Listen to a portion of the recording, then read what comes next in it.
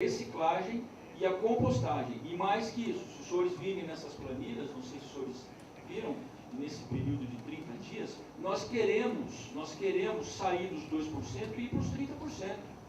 Isso está colocado pela municipalidade. Então eu não vejo onde esse planejamento exclui a questão da reciclagem.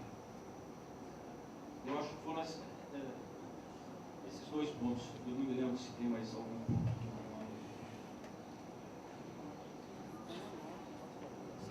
Eu vou passar para a Samara.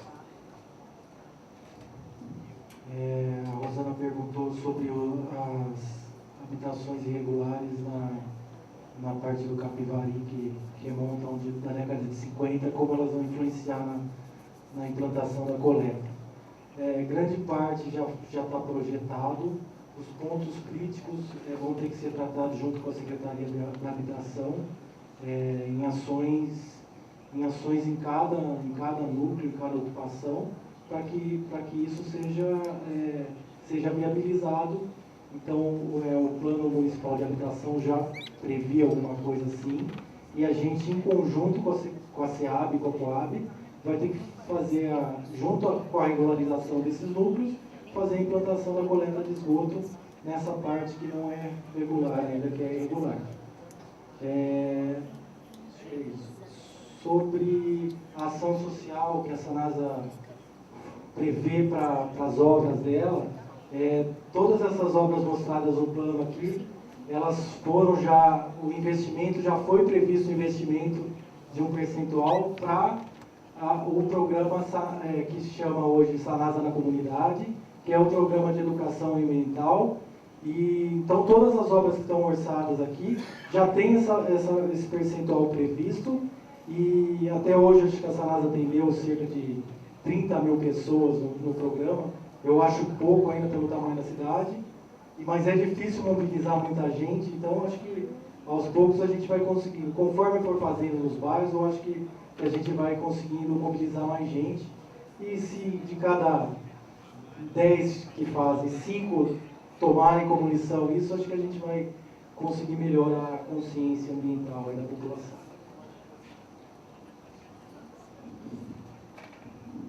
Obrigada pelas respostas. Passaremos agora ao segundo bloco de perguntas e respostas. Teremos 3 escritas, da Lavra da senhora Maria Celeste Piva, e posteriormente 2 orais, da professora Emília Rutkovski e da senhora Laís Fraga. As perguntas da Maria Celeste Piva, no Fórum Regional do Lixo e Cidadania, são: por que foi desconsiderado, na elaboração do Plano Municipal de Saneamento Básico, os 11 princípios da Política Nacional de Resíduos Sólidos? Que me parecer que essa já foi respondida no bloco anterior, mas poderá ser complementada. Segunda pergunta da senhora Maria Celeste Piva: por que as metas e prazos estão tão genéricas, principalmente quando se coloca para as metas o termo contínuo? Terceira pergunta da senhora Maria Celeste Piva: por que a Secretaria de Trabalho e Renda não fez parte da comissão de trabalho para a elaboração do Plano Municipal de Saneamento Básico? E agora passemos, então, a mais uma pergunta oral. Por gentileza, professora Emília Rutkovski, a senhora tem 5 minutos. Queira se dirigir ao microfone à direita. Bom, boa noite.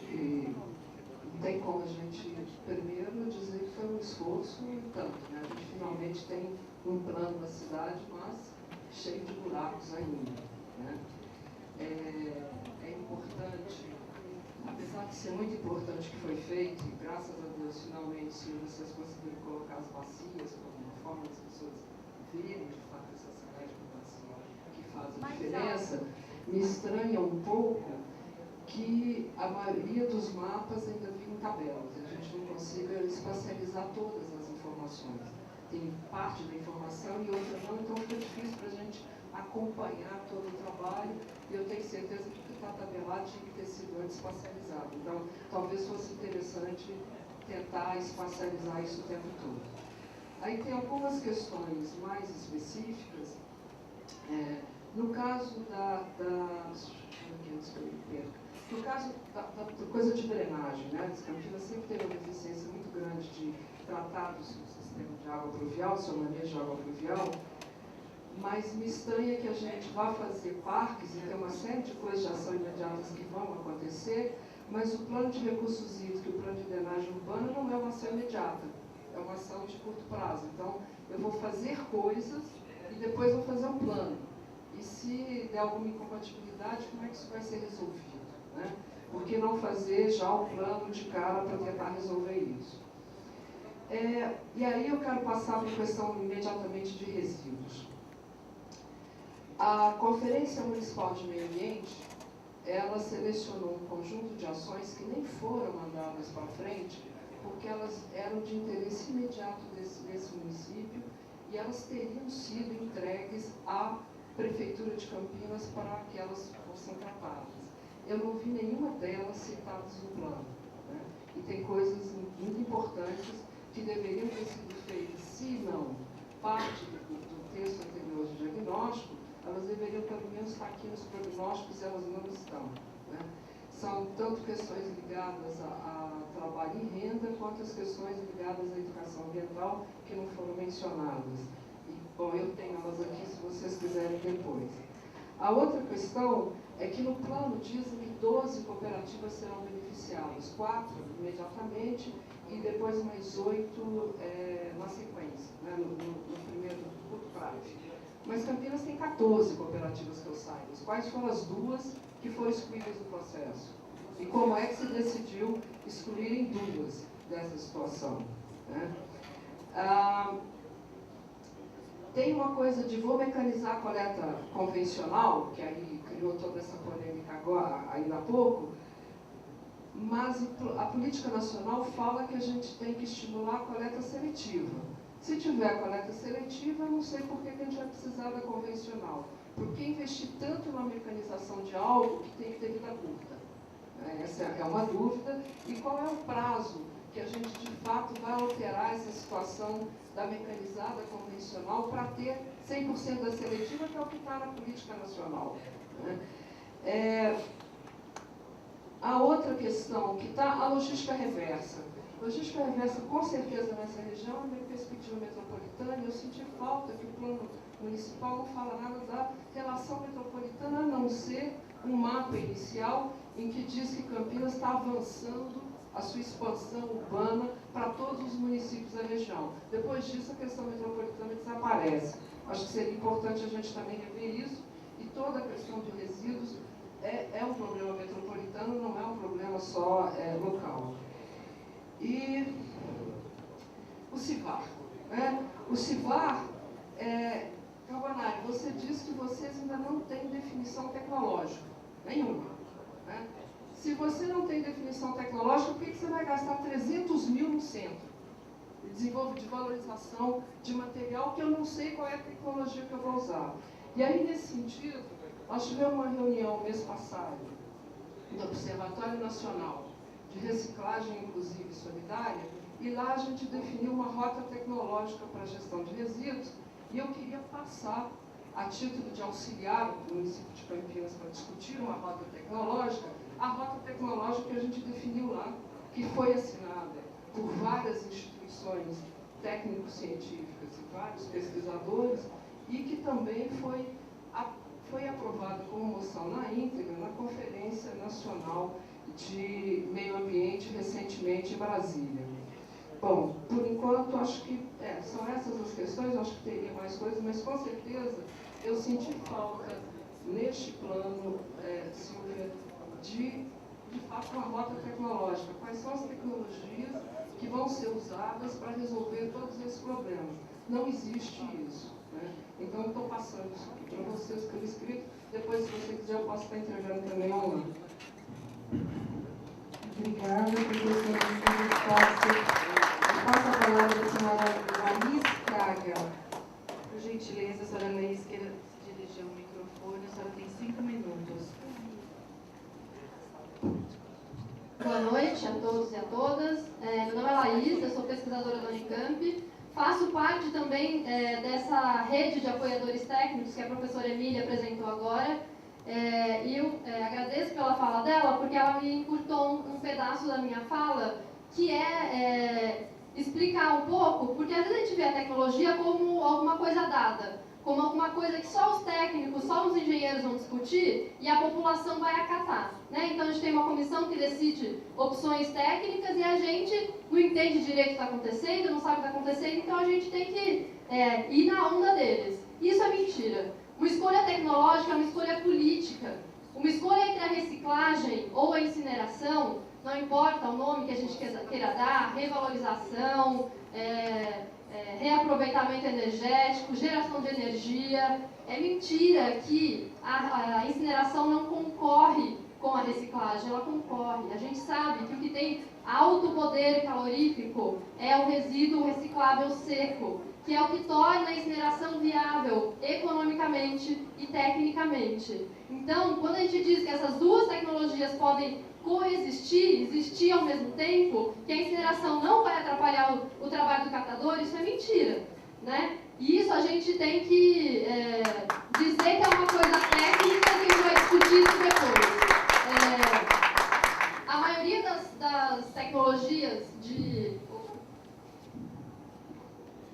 tecnologias que queimam os resíduos, elas são ou obsoletas ou elas não são maduras ainda. A gente pode chamar de pirólise, a gente pode chamar de CDR, a gente pode chamar de plasma. O CDR tem um problema seríssimo, porque a gente faz o combustível derivado e daí a gente distribui aquilo que vai ser queimado, não numa usina só, mas em vários lugares da sociedade. E o que acontece? O controle ambiental fica muito mais difícil e muito mais caro, né? Então tem diversos problemas técnicos, econômicos e políticos em relação ao reaproveitamento energético, à geração de energia a partir dos resíduos sólidos que a gente tem que saber, que a gente tem que discutir amplamente, não numa comissão, que a gente tem que escutar os catadores e as catadoras, porque eles sabem que se eles não tiverem o material reciclável para vender, eles sabem de onde vem o dinheiro deles. Então, se a gente queimar esse material, a gente sabe que a gente está perdendo e muito. Não é à toa que eles dizem: Deus recicla, o diabo incinera. Não é à toa, isso é uma opinião técnica, é uma opinião econômica, é uma opinião política muito fundamentada a partir de uma experiência de vida, de um trabalho cotidiano com os resíduos sólidos urbanos.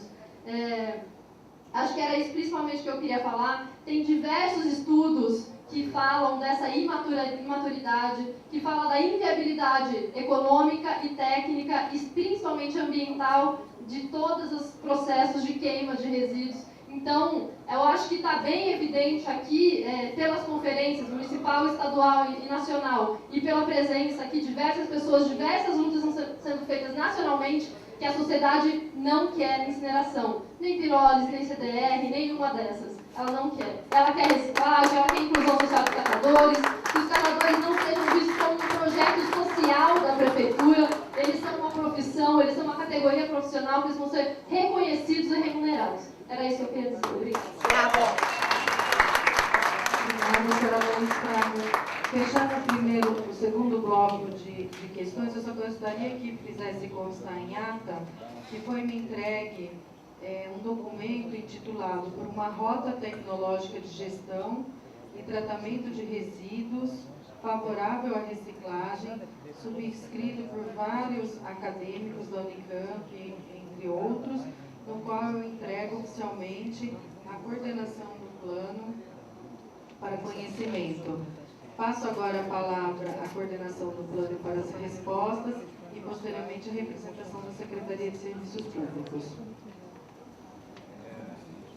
Bem, Emília, vou tentar responder aquilo que foi colocado para a coordenação.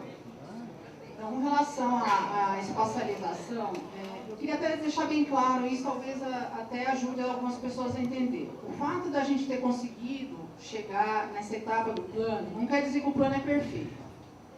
Até a gente, quando nós nos juntamos para discutir no início o plano, teve gente que falou assim: ah, mas não vai dar para fazer, o tempo que a gente tem não vai dar para fazer assim. Então, assim, dentro do tempo que o prazo legal nos permitia, a gente sabia e nem tinha a intenção de fazer um plano perfeito que conseguisse contemplar com todos os detalhes, todas as ações e todos os orçamentos de um horizonte de 20 anos.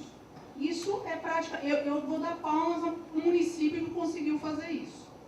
Então, a gente sabe, a gente já sabia que a gente ia ter um plano com buracos, como foi dito, mas a nossa intenção era sistematizar as informações até para conhecer melhor esses buracos. Então, em nenhum momento, a gente pretende que o plano se encerre aqui e que ele resolva todos os problemas do município em um horizonte de 20 anos, que significa 5 gestões.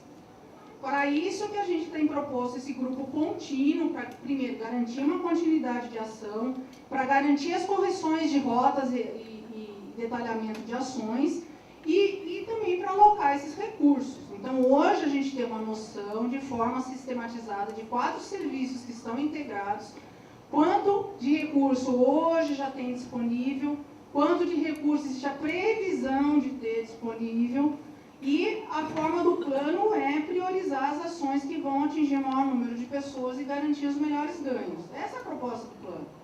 Então, em nenhum momento, a gente vai conseguir resolver todos os problemas de saneamento num plano que foi feito em 1 ano e vai traduzir 20 anos de ações.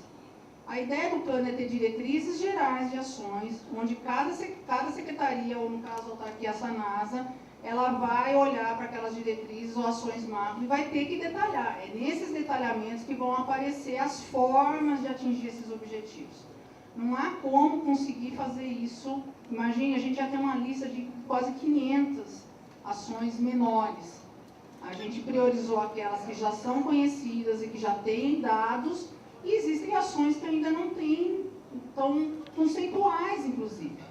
Principalmente as de educação ambiental, que a gente vai ter que completar com o plano municipal de educação. Elas têm que começar a casar. A proposta do plano é essa compatibilização de ações, para evitar que você asfalte uma rua, passe um sistema de drenagem, porque tinha o dinheiro, e depois a Sanasa vai precisar passar uma adutora, alguma coisa.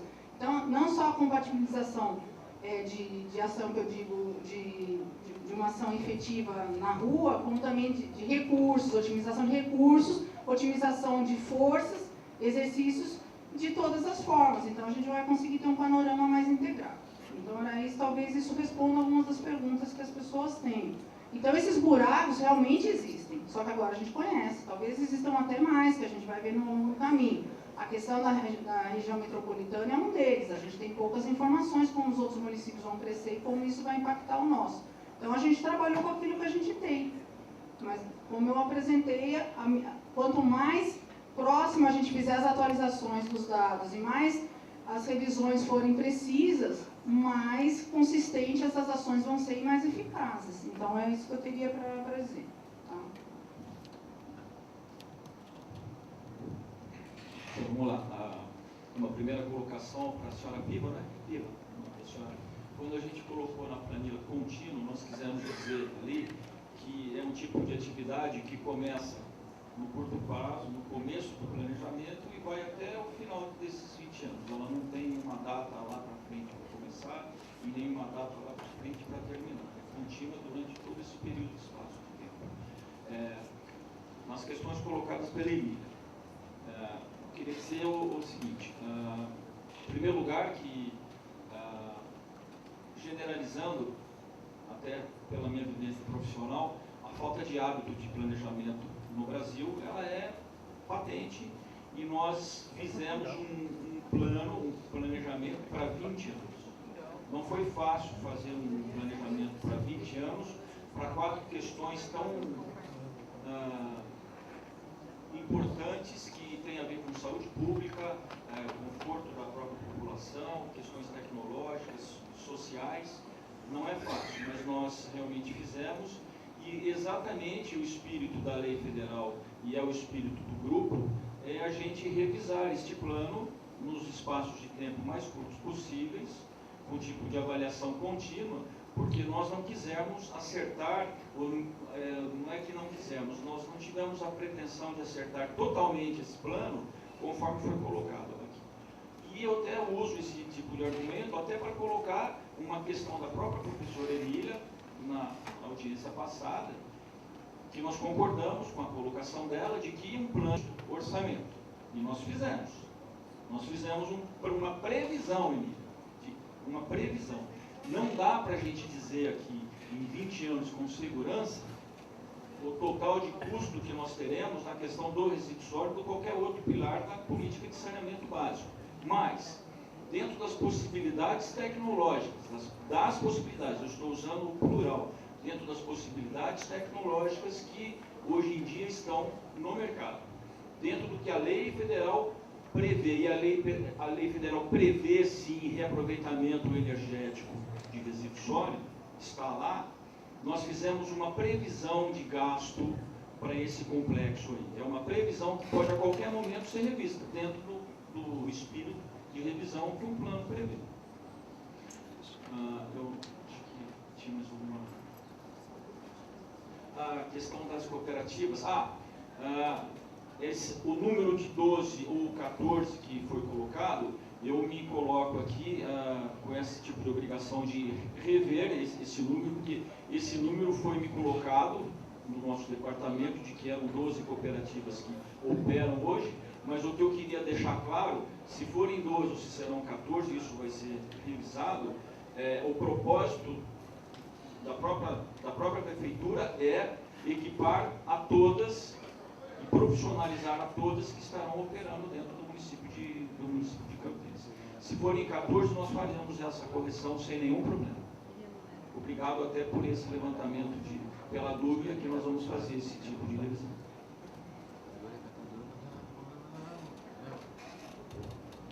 Obrigada, Fernando. Passaremos agora ao terceiro bloco de perguntas, 2 escritas e 3 orais. Vamos começar com a pergunta escrita do senhor Roberto Harari. Só me desculpa, mas eu não entendi a instituição. Vaielo, isso? UAIEO? Tá. Ok. Existem vários métodos de saneamento sustentável. Seco, sem água, acho que é água, desculpa aqui que está complicado a leitura. Se o saneamento básico produz água de reuso, não é sustentável. Qualquer saneamento sustentável promove as praias fluviais. Como pode a própria Sanasa fiscalizar a qualidade da água? É uma questão. A segunda questão escrita é da Lavra da senhora Letícia Lopes Borges.